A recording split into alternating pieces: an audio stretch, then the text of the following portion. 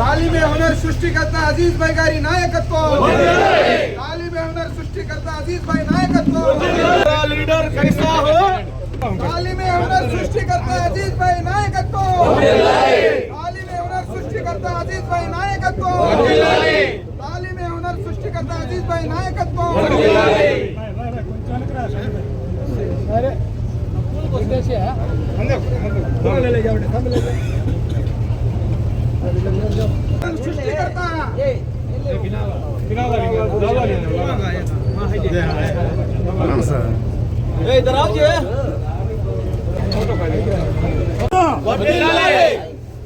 अजीज भाई नायकत्व, अजीज भाई नायकत्व, हुनर सृष्टिकर्ता अजीज भाई नायकत्व, तालीम हुनर सृष्टिकर्ता अजीज भाई नायकत्व, अजीज भाई नायकत्व।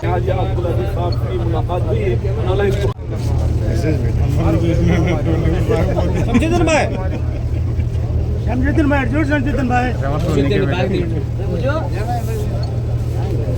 ना अजीज अన్న మిమ్మల్ని మర్చిపోయినట్టున్నాను నాకు నా అది ఇండియా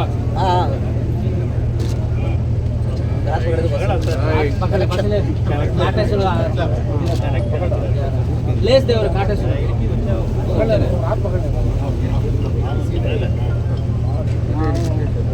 तालीम हुनर सृष्टिकर्ता अजीज भाई नायकत्व, तालीम हुनर सृष्टिकर्ता अजीज भाई नायकत्व, तालीम हुनर सृष्टिकर्ता अजीज भाई नायकत्व।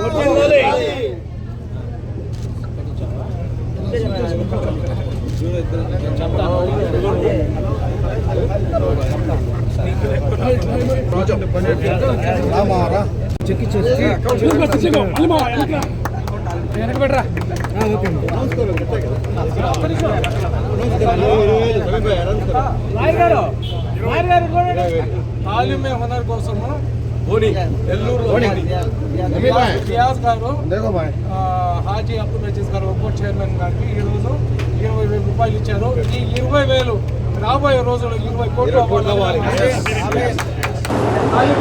అజీజ్ గారికి 20,000 రూపాయలు ఇచ్చారు.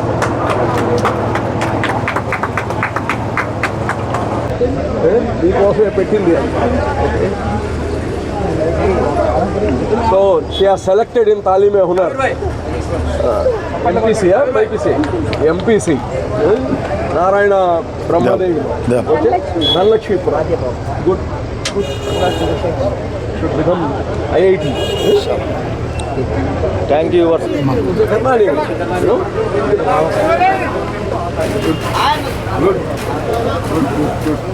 Government school sir 594 18 months 594 she got 10th class లో గవర్నమెంట్ స్కూల్. ఇప్పుడు ఈ తాలీమ్ హునర్ లో she is going to become IIT. She will be proud for Nellore, Andhra Pradesh and India. నమస్కారం, నా పేరు కరీనా. నేను ఏపీ మోడల్ స్కూల్ దుత్తలూరులో 10వ తరగతి వరకు చదివాను. నాకు 10th క్లాస్లో 594 వచ్చాయి. ఆ తర్వాత తాలీమ్ హునర్ టెస్ట్ అనేది ముస్లిం వక్ఫ్ బోర్డ్ వాళ్ళు పెట్టారు. దాంట్లో నేను సెలెక్ట్ అయ్యాను. నా ర్యాంక్ 71. ఇదంతా చేసినందుకు అబ్దుల్ అజీజ్ సార్కి చాలా థ్యాంక్స్ చెప్తున్నాను.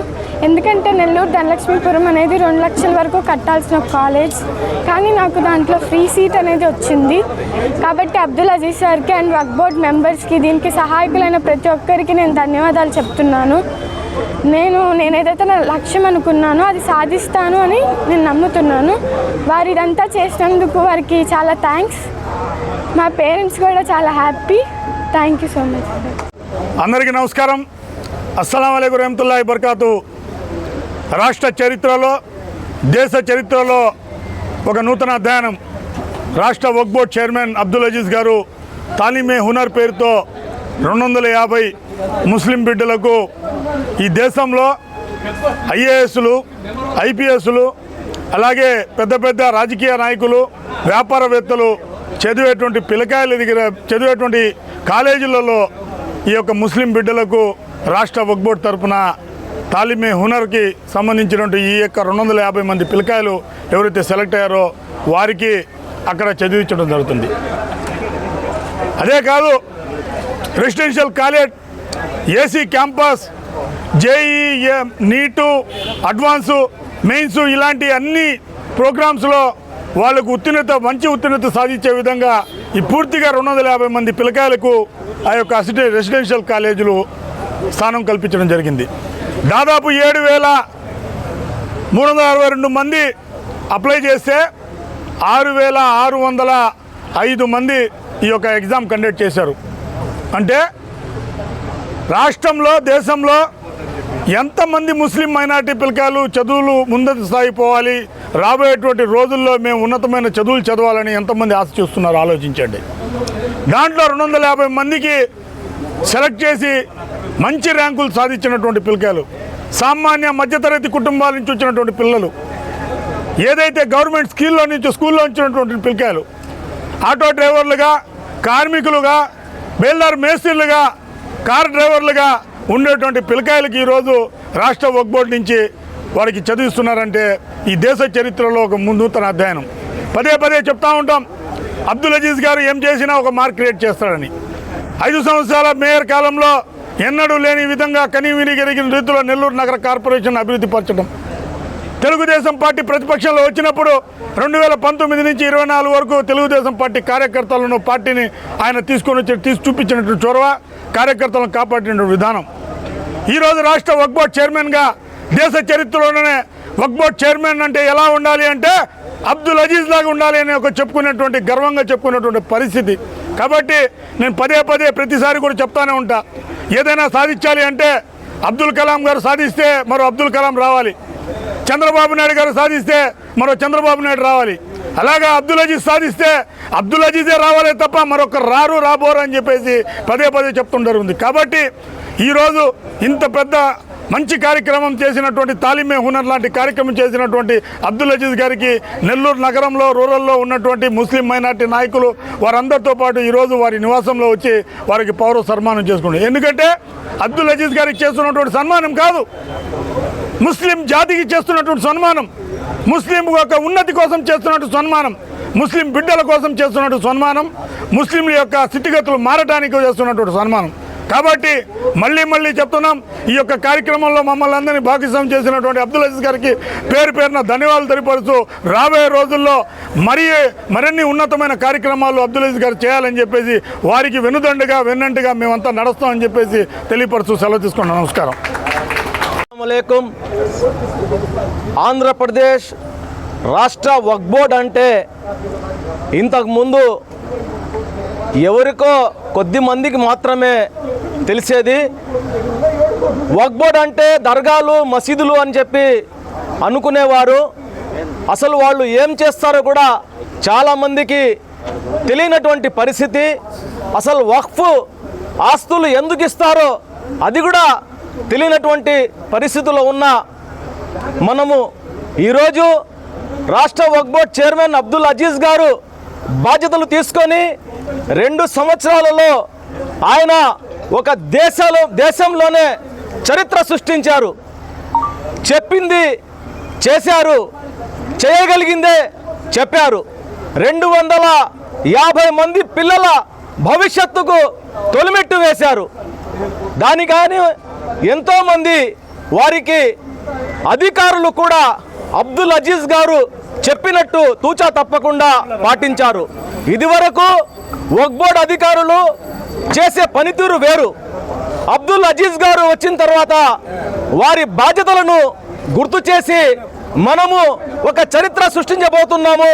తాలిమే హునర్ పేరుతో ఒక ఎడ్యుకేషన్ మిషన్ ప్రారంభించి పిల్లల భవిష్యత్తుకు బంగారు బాట వేయబోతున్నాము అని చెప్పి అబ్దుల్ అజీజ్ గారు వారిని ట్యూన్ చేసి వారితో తూచా తప్పకుండా పని చేపించే విధంగా వారికి పని చేపించుకున్నారు. కాబట్టి ఈరోజు రాష్ట్రంలోనే కాకుండా దేశంలో ఒక చరిత్ర సృష్టించి ఇతర రాష్ట్రాల వారు కూడా అబ్దుల్ అజీజ్ గారిని ఆదర్శంగా తీసుకొని మనం చూస్తూ ఉన్నాం. ఐఏఎస్లు ఐపీఎస్లు వాళ్ళు వీడియోలు అప్లోడ్ చేసి సోషల్ మీడియా ద్వారా తాలీమే హునర్ గురించి చెప్తా ఉన్నారు. అయితే అబ్దుల్ అజీజ్ గారు వక్ఫ్ దేనికి ఇస్తారు అని చెప్పి ఆయన హయాంలో ప్రతి ఒక్కరికి తెలియపరిచి ఇలా అమలు చేయాలి వక్ఫ్ బోర్డ్ బాధ్యతలు అని చెప్పి ఆదర్శంగా ఈ రాష్ట్రంలో నిలిచి ఈ రాష్ట్రంలో ఉన్నటువంటి అబ్దుల్ అజీజ్ గారు దేశవ్యాప్తంగా